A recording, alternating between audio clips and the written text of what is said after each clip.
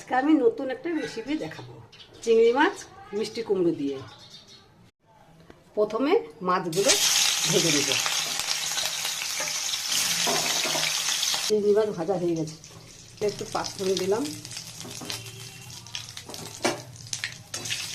পেঁয়াজ বাটা, রসুন বাটা,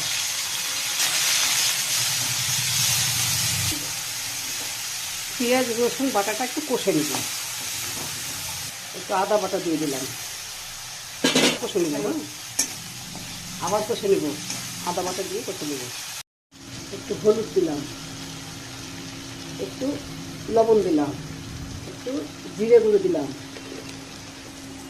এবার একটু ভালো করে কষবো।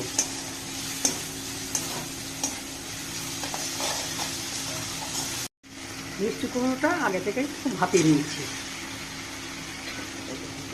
মিষ্টি কুমড়ো দিয়ে ভালো করে নাড়াতে পারবো।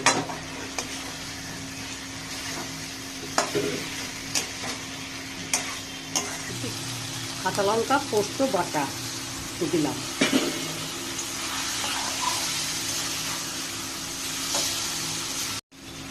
ভাজা চিংড়ি মাছগুলো দিয়ে দেবো,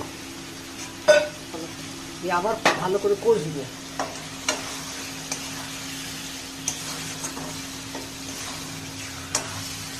এবার জল দিয়ে ঢেকে দেবো। এবার ঢেকে দিলাম। কিছুক্ষণ পর ঢাকনাটা খুলে নিলাম।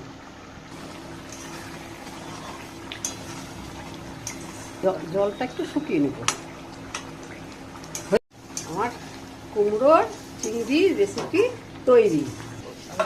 ট্রাই করে খেয়ে দেখবা, যদি ভালো লাগে বাড়িতে ট্রাই করো।